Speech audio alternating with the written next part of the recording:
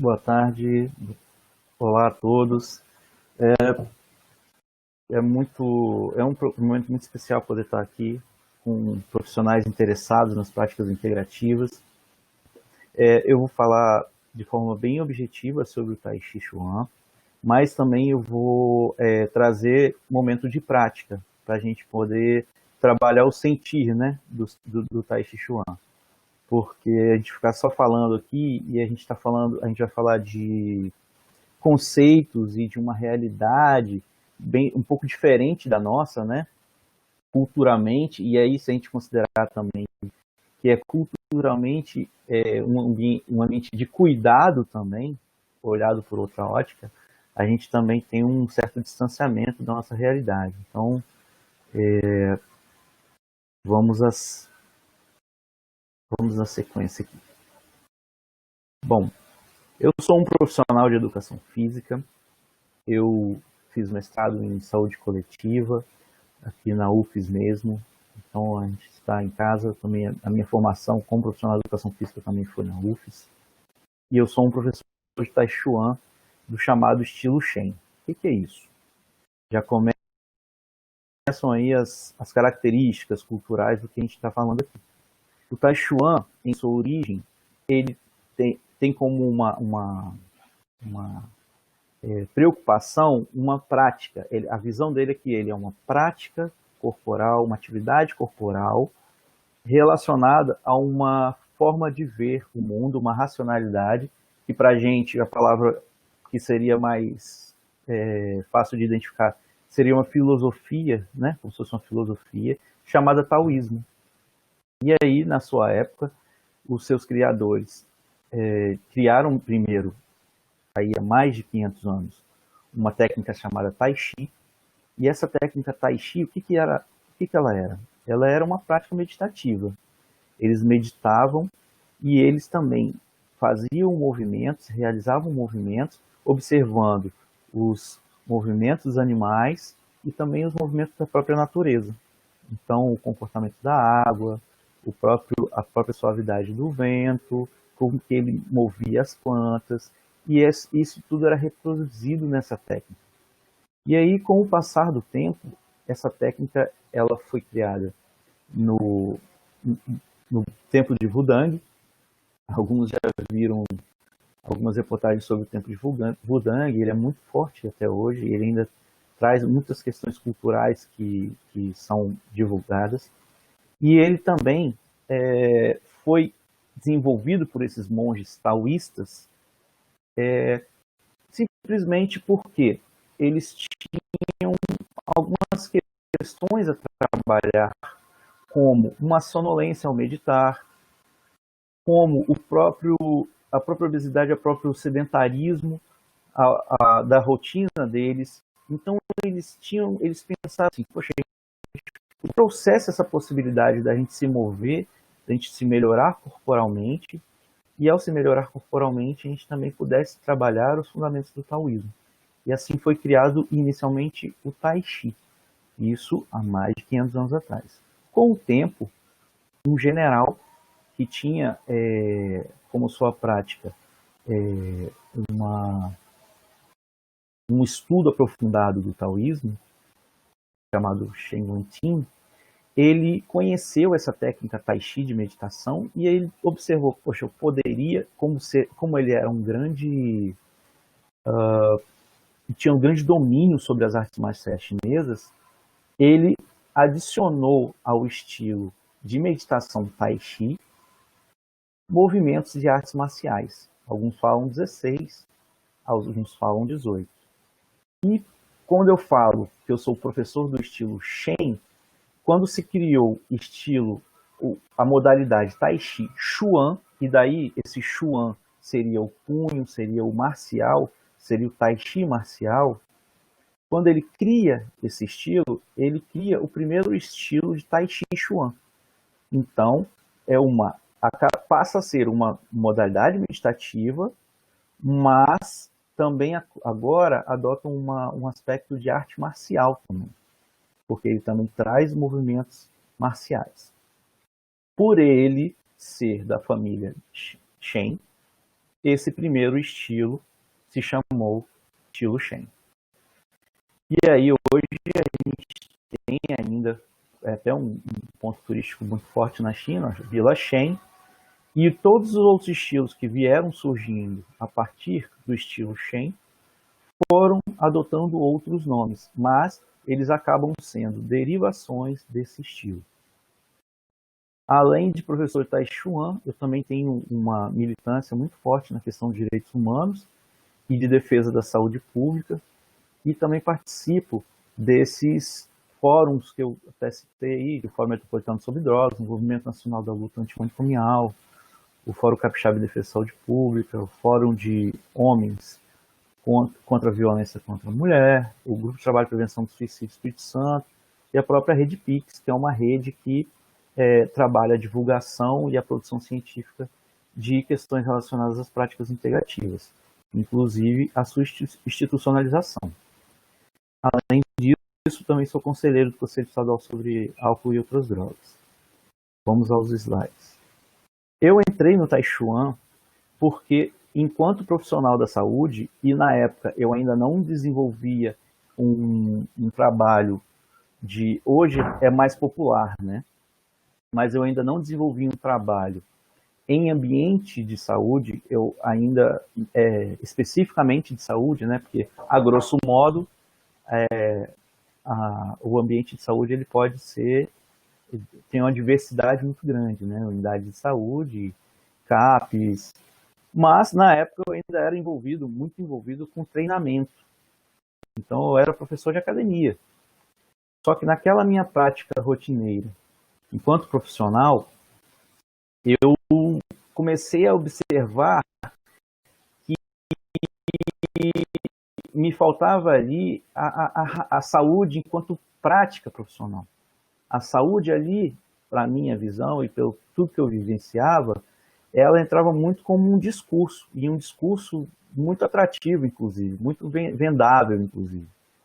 E aí eu comecei a procurar modalidades, eu sempre fui envolvido com artes marciais, eu comecei a procurar modalidades que trouxessem essa vivência, essa necessidade de se trabalhar o ser humano de forma mais completa, de forma a realmente produzir uma saúde naquele indivíduo, e que fosse algo além do corpo, né? E aí eu já lembrei que eu já tinha feito, enquanto praticante de Kung Fu, eu tinha conhecido uma técnica, mas de forma muito superficial, chamada Tai Chi Chuan, comecei a aprofundar minhas pesquisas, conheci um professor de fora do estado, e aí a gente começou a se falar por um tempo, e depois eu comecei a trazer ele periodicamente ao Espírito Santo para poder fazer como se fosse uma formação continuada, né? Então tá aí, nesse símbolo em cima lá, o professor Anderson Rosa é esse professor. Esse é o símbolo da nossa academia. Falando sobre saúde, né, que a gente está aqui no ambiente de saúde, e eu já toquei nesse assunto, existem milhões, né, de modelos de saúde, de o que é saúde. Se a gente falar que em definição da OMS mesmo, ele já vem se modificando durante o tempo. É um conceito que vem muito trabalhado e debatido, porque até por país, por cultura, se tem visões diferentes do que é saúde. Então eu trouxe até como um exemplo esse modelo de saúde, que é esse modelo de determinação social da saúde, e que fala de condições de vida de trabalho, de educação, de várias coisas que podem estar muito além daquele biopsicossocial que a gente escuta, e que muitas vezes não é considerado nesse processo.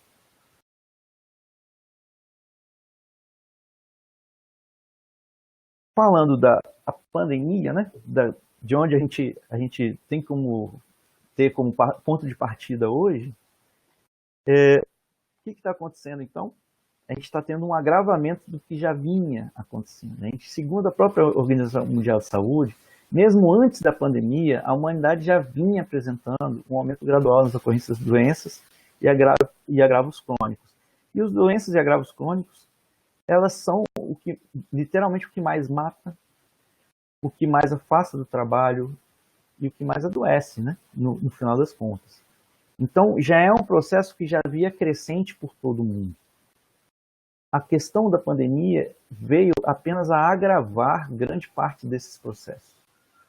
Então, mesmo a violência, ela muitas vezes vista, né, como um dos piores problemas da humanidade e tudo mais, a gente observa que ela, de certo modo, migrou em algumas situações, que ela mudou algumas características, mas que ela não necessariamente não diminuiu.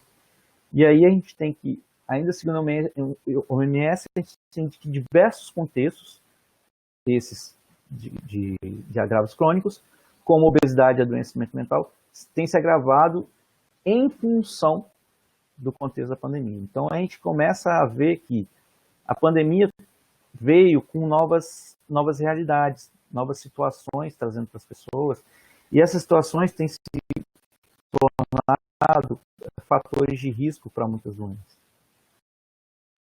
E o cuidador nesse processo? O que acontece com o cuidador? Bom, se a gente está falando de um contexto de pandemia, um contexto em que nós mesmos nunca presenciamos, nós mesmos, mesmo por mais que soubéssemos pela história, né, de algumas situações, como a gripe espanhola, e é muito distante da realidade que a gente vive, e é muito diferente da gente sentir na pele ter que ver literalmente o mundo parar. Então, uma gama de receios, uma gama de situações foram impostas a nós de repente e de uma forma que a gente não sabe nem, não tem referência até histórica para poder falar. Mas como que eu vou lidar com isso? É tão novo, foi tão novo e tão agressivo que permeia hoje toda a sociedade e não tem como fugir dessa situação. Independente de classe, independente, lógico que a gente sabe que fatores como uma condição melhor de vida, uma situação em que você pode ter, por exemplo, uma facilidade de acesso a uma comida, o que muitas pessoas não têm às vezes, uma facilidade de acesso a produtos de higiene, que muitas pessoas às vezes não têm, mas há certas preocupações, dada a realidade de cada um, que elas são rotineiras, elas são constantes.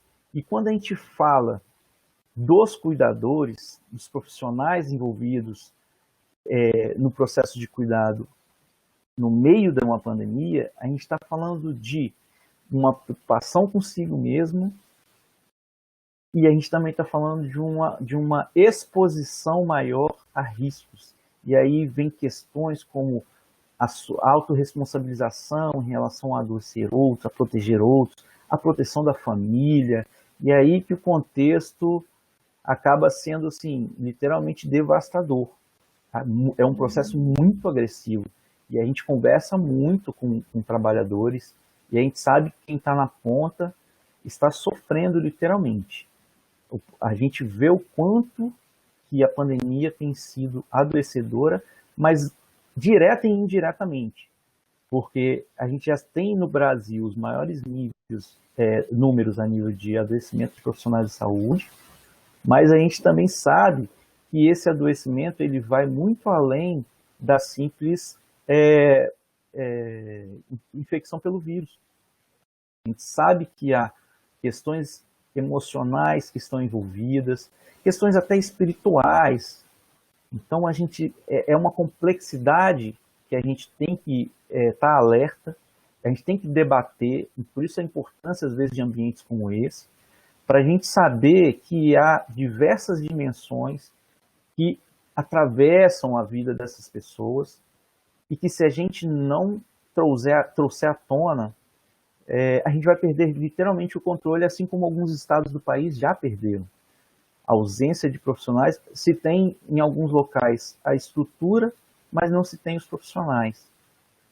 E aí a gente vê essa pressão constante do medo, né? Esse termo medo, ele começou a a ser vivenciado com muita frequência. Um profissional de saúde que atua, principalmente no atendimento direto a pessoas com Covid, é uma operação de guerra para essa pessoa sair daquele ambiente, dessa pessoa entrar em casa. Muitos estão evitando o convívio com a família, mesmo no seu ciclo mais íntimo, e literalmente se isolando. Imagine, a pessoa se sobrecarrega a nível laboral, muitas vezes excede a sua capacidade de trabalho, e ainda tem que abrir mão do seu convívio social, às vezes do seu acesso a um ambiente onde ele trabalhava a sua espiritualidade. Então a gente tem uma gama de situações aí complexas que vem permeando a vida desse trabalhador. Eu tenho dado destaque muito à questão do trabalhador, que eu sei que também é uma preocupação de todos os profissionais que têm trago a questão das PICs, porque esses trabalhadores, eles podem não apenas utilizar as PICs como ferramenta, né, de trabalho, para atuar e tudo mais, mas também para trabalhar em si a questão da promoção da saúde. Então, em sua relação com as PICs, o que a gente pode ver? Qual é a possibilidade?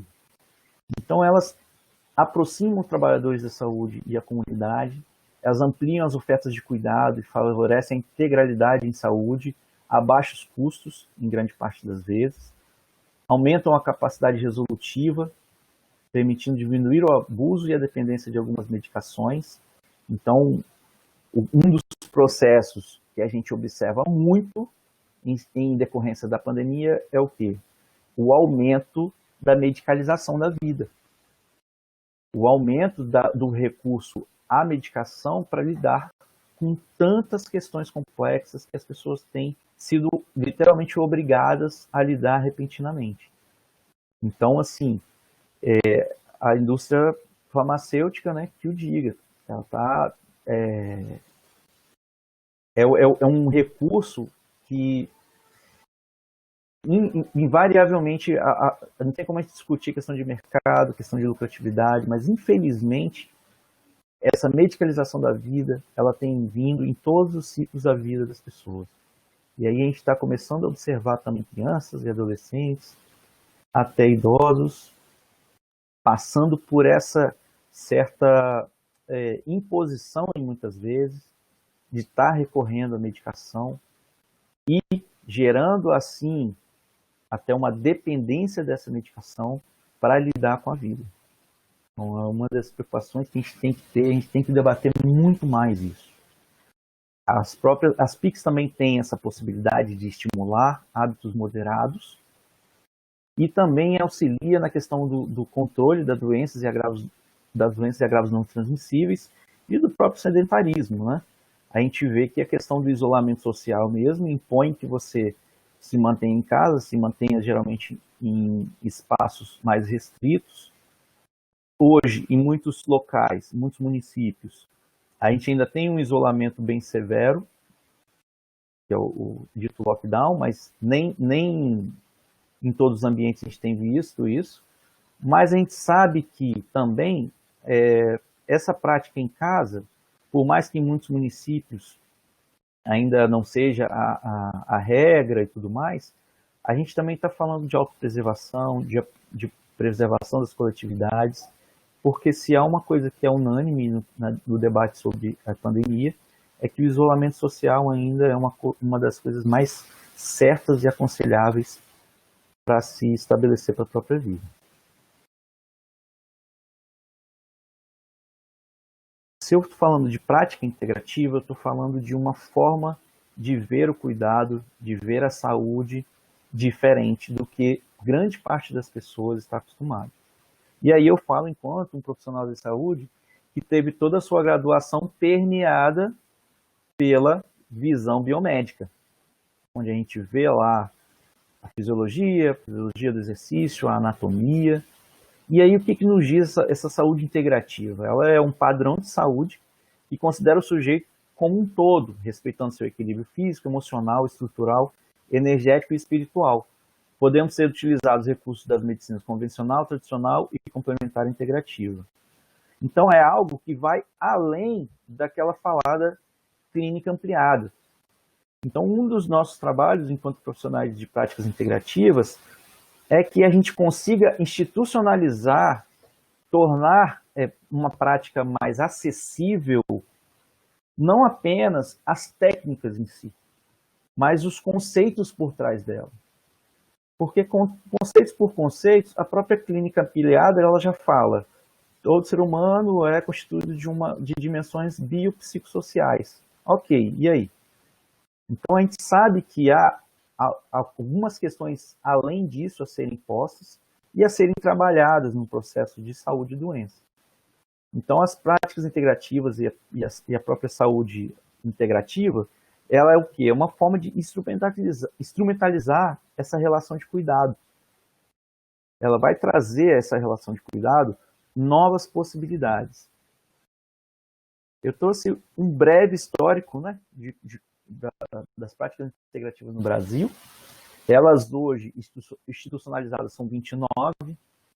Em 2006 foi institucionalizada a política de práticas integrativas, que são nada mais do que as técnicas utilizadas para se trabalhar a saúde, para se produzir cuidado, baseadas naquele conceito de saúde integrativa que eu falei.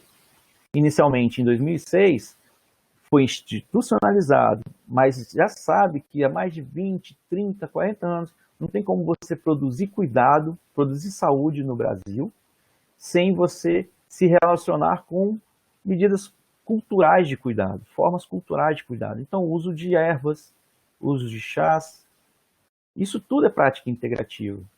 Então, quando se iniciou em 2006, ali como política, se iniciou com a medicina tradicional chinesa, na forma da acupuntura, mas também se falava das práticas corporais, como o Qigong e o próprio Tai Chuan, a homeopatia, a fitoterapia, a antroposofia e o termalismo.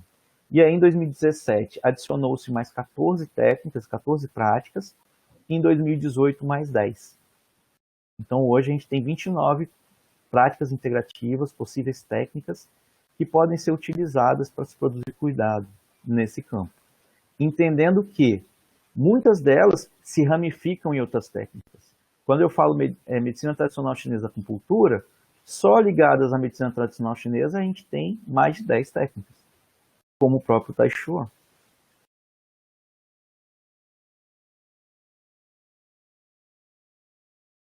E aí eu trago aqui alguns momentos, né? Eu estou falando de integralidade das PICs, integralidade do cuidado.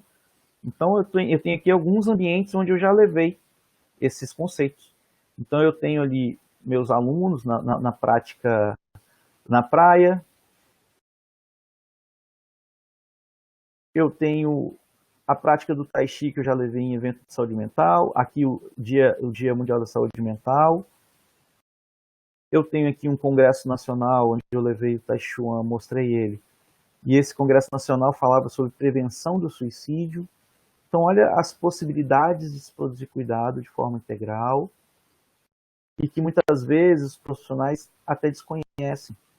Então, um dos cuidados que eu tive hoje foi de não aprofundar tanto lá na raiz, na pontinha lá da história do Tai Chi, mas trazer também essa visão de que são técnicas acessíveis e perfeitamente possíveis para que todos possam utilizar para suas vidas e para a sua produção de cuidado.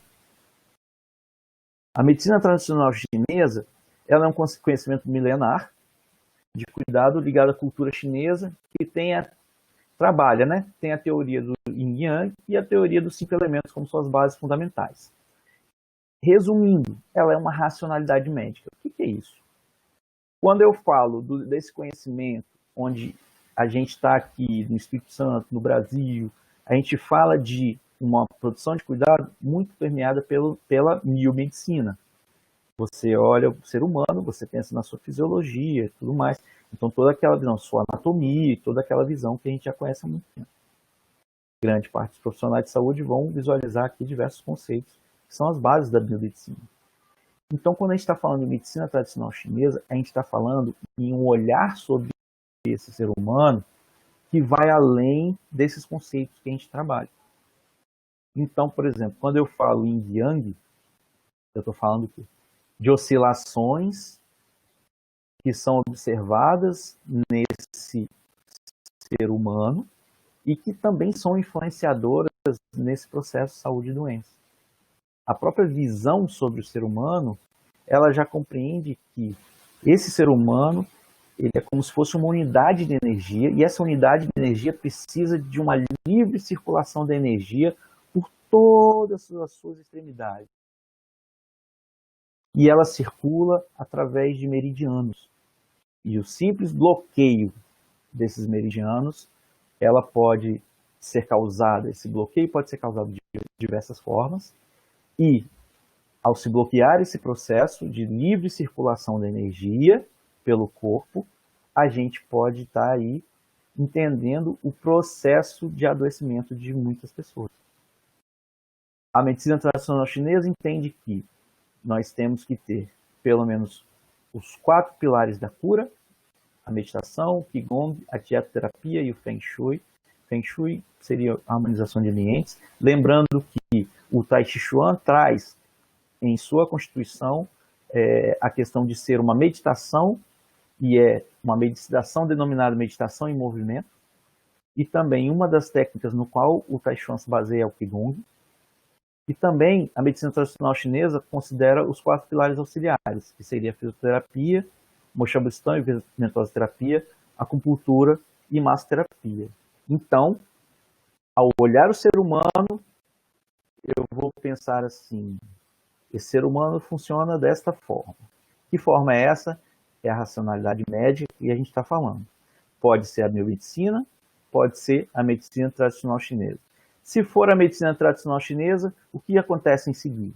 Se eu compreendo aquele ser humano através da ótica da medicina tradicional chinesa, eu também posso supor, eu também posso propor medidas terapêuticas para que esse ser humano lide com essas questões. E aí eu tenho o quê? Inúmeras técnicas que são possíveis nesse processo. A gente pode estar falando de acupuntura, a gente pode estar falando de ventosoterapia, como falei ali, e o moxabustão, da dietoterapia, que no caso da China é a mais utilizada, né, a dietoterapia e a fitoterapia, e as próprias práticas corporais e mentais, que é onde entra o Tai Chi Chuan. Mas há uma certa vantagem ou não? Não sei. É uma questão que também se diferencia na forma da gente ver a saúde. Porque quem tem que falar o que é melhor ou o que não é quem está sendo cuidado. Esse protagonismo na produção de cuidado, ele é promovido desde o início do processo. Desde a sua mais básica avaliação, o indivíduo ele é posto a se confrontar com suas demandas de saúde, mas de forma a que ele seja tenha um protagonismo nesse processo, e que ele também tenha uma responsabilidade nesse processo. Então, algumas questões que a gente pode colocar sobre o Tai Chi Chuan e seus benefícios é a seguinte: ao abordar a importância de se harmonizar dimensões da vida humana, e aí você vai se perguntando aí em casa, hein? Como o cuidado do corpo, a observância ao equilíbrio da psique, no caso, o lado mais racional, eles dividem essa parte psicológica entre psique e emoções, sua vida espiritual, a relação social com os outros e com a natureza. Temos aqui uma prática que se baseia na sua adaptação à realidade do seu praticante. Então, não é incomum eu ter, às vezes, uma turma de 10, de 20 pessoas, e quase todo mundo naquele espaço, para não dizer todo mundo, tem uma intenção com aquela prática, diferente de quando eu estava lá no ambiente de treinamento, no ambiente de academia, em que essa pessoa chegava na minha frente e basicamente ela tinha que se adaptar à técnica que eu estava conduzindo. Que fosse uma musculação, que fosse uma bike indoor, a pessoa tinha que se adequar à realidade, ao contexto da prática corporal que ele ia fazer. Aqui não, é um processo contrário. A pessoa vai trazer as suas demandas.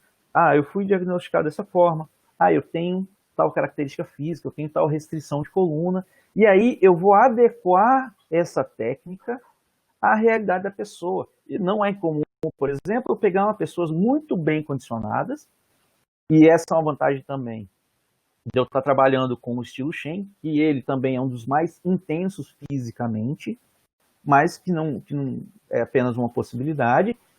E aí eu tenho essa possibilidade de trabalhar na pessoa aspectos meramente meditativos, meramente de autoconhecimento. E aí a gente vê, às vezes, até no meio da aula lá, até gente chorando. Por quê? Porque a gente não está falando só de uma atividade física, simplesmente. A gente está falando de um processo de autoconhecimento, a gente está falando de um processo que pode ter aplicação fisioterápica. A gente tem várias possibilidades quando a gente trabalha com uma técnica como essa. Isso nos dá muita liberdade e também muita segurança, porque quando a gente vai pesquisar resultados científicos sobre Tai Chuan, são milhões, não são milhares, são milhões de estudos conduzidos e comprovados, e quando a gente vê a quantidade de artigo impressionante, Alzheimer, trabalha todas as fases da vida, há ganhos em todas as fases da vida. Eu tive ganhos no sentido de trabalhar no meu lado competitivo a questão da meditação e do autoconhecimento, trabalhando autocontrole. Eu tive casos do meu filho que já teve que utilizar a medicação para controle de comportamento quando era criança, e aí a gente trabalhou muito com o Tai Chi Chuan, e ele fez o Tai Chi e teve excelentes resultados. Então, assim, são diversas realidades diferentes que a gente pode estar trabalhando com uma técnica como essa. Então, venho eu, né, como um profissional de educação física lá, da biomedicina, me deparando com uma realidade que é muito diferente, né, quando a gente fala de saúde integrativa. Em sua origem, então, como eu falei, ela tem 450 anos, é datada mais ou menos dos anos 1500. A pluralidade de sua prática, como eu falei, ela me permite atuar com pessoas, inclusive acamadas, inclusive com restrição de estar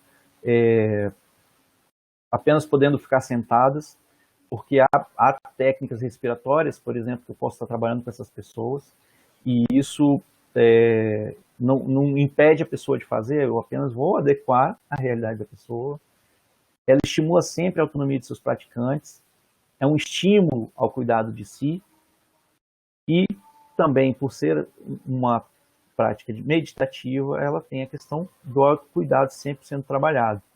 O que não necessariamente, eu costumo brincar às vezes com meus alunos, que não é um momento, né, uma prática tão confortável assim, né, tão divertida assim, porque tem esse aspecto do autoconhecimento. Eu posso fazer uma condução de exercício físico simplesmente, de prática corporal simplesmente, mas eu posso aprofundar esses elementos de autoconhecimento, meditação, e trabalhar a pessoa nas suas demandas. Eu ia pedir que vocês dessem uma afastadinha breve aí na cadeira. Eu vou afastar minha mesinha para a gente poder sentir o que é o Tai Chuan e não ficar só falando o que é o Tai Chi Chuan. Então, eu espero que vocês estejam avisando bem. Vamos lá. Só ficar em pé, não precisa de muito espaço, tá? Bem pertinho aí, tranquilo. O que vocês vão fazer? Estando em pé, biquinha para melhorar o clima, né? Então, ó, relaxa o corpo.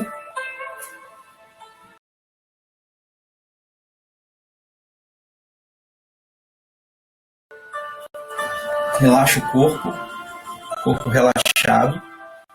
Vai girar a cabeça uma vez para cada lado. E o que você tem que ficar alerta aqui? No ombro. Então, ó, vou ficar sentado aqui só para vocês visualizarem melhor. Então, ó, vai manter aqui, ó, a postura, relaxa o ombro, gira a cabeça uma vez para cada lado.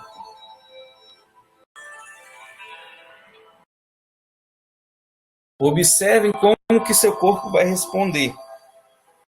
Sem pressa. Primeira questão que vocês vão observar é o quê? Sem pressa.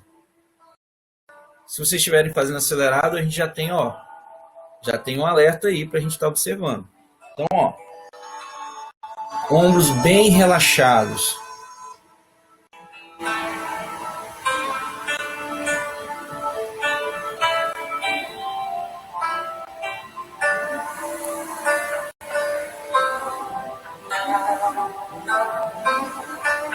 Os ombros agora. Fechou na frente, fecha na frente, sobe, joga lá atrás. E agora vai girar ao contrário, abre o peito, peito aberto. Subiu, jogou para frente. Então vem para trás, para frente, para trás, bem amplo, para frente.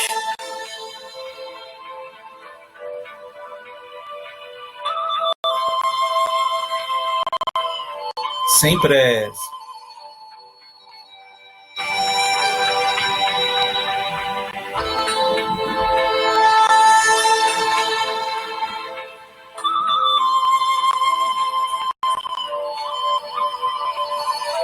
Eu vou fazer em pé, mas vocês podem fazer sentados também, se tiver problemas aí de espaço, de restrição de espaço. O que vocês vão fazer? A mão direita, uma mão vai ficar no peito, uma mão vai ficar no abdômen. Ok? O que a gente vai fazer aqui? A de cima, ela vai só policiar. Aqui, vai ficar vigiando aqui, pra gente não expandir o peito na hora de respirar. Aqui vai ficar tudo relaxado. Relaxa os ombros, relaxa o peito. Não vai encher o peito. O que a gente vai fazer? Vou ficar de lado, mas não preciso ficar de lado, só para vocês visualizarem. A gente vai expandir abdômen. Então a de cima fica vigiando aqui, só encosta aqui. E a de baixo, quando inspirar, você vai inflar o abdômen. Quando soltar o ar, você vai esvaziar o abdômen. Então, eu vou fazer uma contagem até 3. Ela é curtíssima. E o que você vai imaginar ali? Você vai estar imaginando o ar entrando, o ar descendo, indo lá no abdômen, lá no barrigão. Na hora de soltar o ar, mesma coisa. 1, 2, 3. Vamos lá. Inspira. 1, 2, 3. Solta o ar. 1, 2, 3. Inspira. 1, 2, 3. Solta o ar. 1, 2, 3. Inspira. 1, 2, 3. Solta o ar. 1, 2, 3. Inspira. 1, 2, 3. Solta o ar. 1, 2, 3. Inspira. 1, 2, 3. Solta o ar. 1, 2, 3. Continua. Sentado em pé. Inspira. 1, 2, 3. Solta o ar. 1, 2, 3. Inspira. 1, 2, 3. Solta o ar. 1, 2, 3. Inspira. 1, 2, 3. Solta o ar. 1, 2, 3. Inspira. 1, 2, 3. Solta o ar. 1, 2, 3. Relaxou. Deu. Senão a gente vai virar tarde aqui praticando. o que a gente fez agora? A gente estava falando de pandemia, a gente está falando de um monte de ideias, um monte de preocupações. E o que a gente fez? A gente saiu dessa autoestrada de ideias, essa autoestrada de preocupações, dessa velocidade mental altíssima e prestou atenção só na gente. Mas como? Prestando atenção se o pescoço estava girando devagar, prestando atenção no tempo da nossa respiração. O que aconteceu? A gente voltou uma atenção que estava para esse mundo novo que a gente está tentando se adaptar e se voltou para nós mesmos. E nos voltando para nós mesmos, nós também adotamos o quê? Uma tranquilidade maior na forma de pensar. A gente diminuiu a quantidade de coisas que a gente estava prestando atenção. As 1001 preocupações viraram o quê? Inspira 1, 2, 3, solta o ar 1, 2, 3. E aí a gente vai ver o quê? Uma diversidade de movimentos que a gente vai trabalhando e que vai se baseando sempre nesses conceitos, onde você vai trabalhar físico, a gente vai trabalhar a concentração, a gente vai trabalhar diversas questões, como o equilíbrio mesmo. Para os idosos, isso é muito visível quando o idoso vai fazer essas técnicas.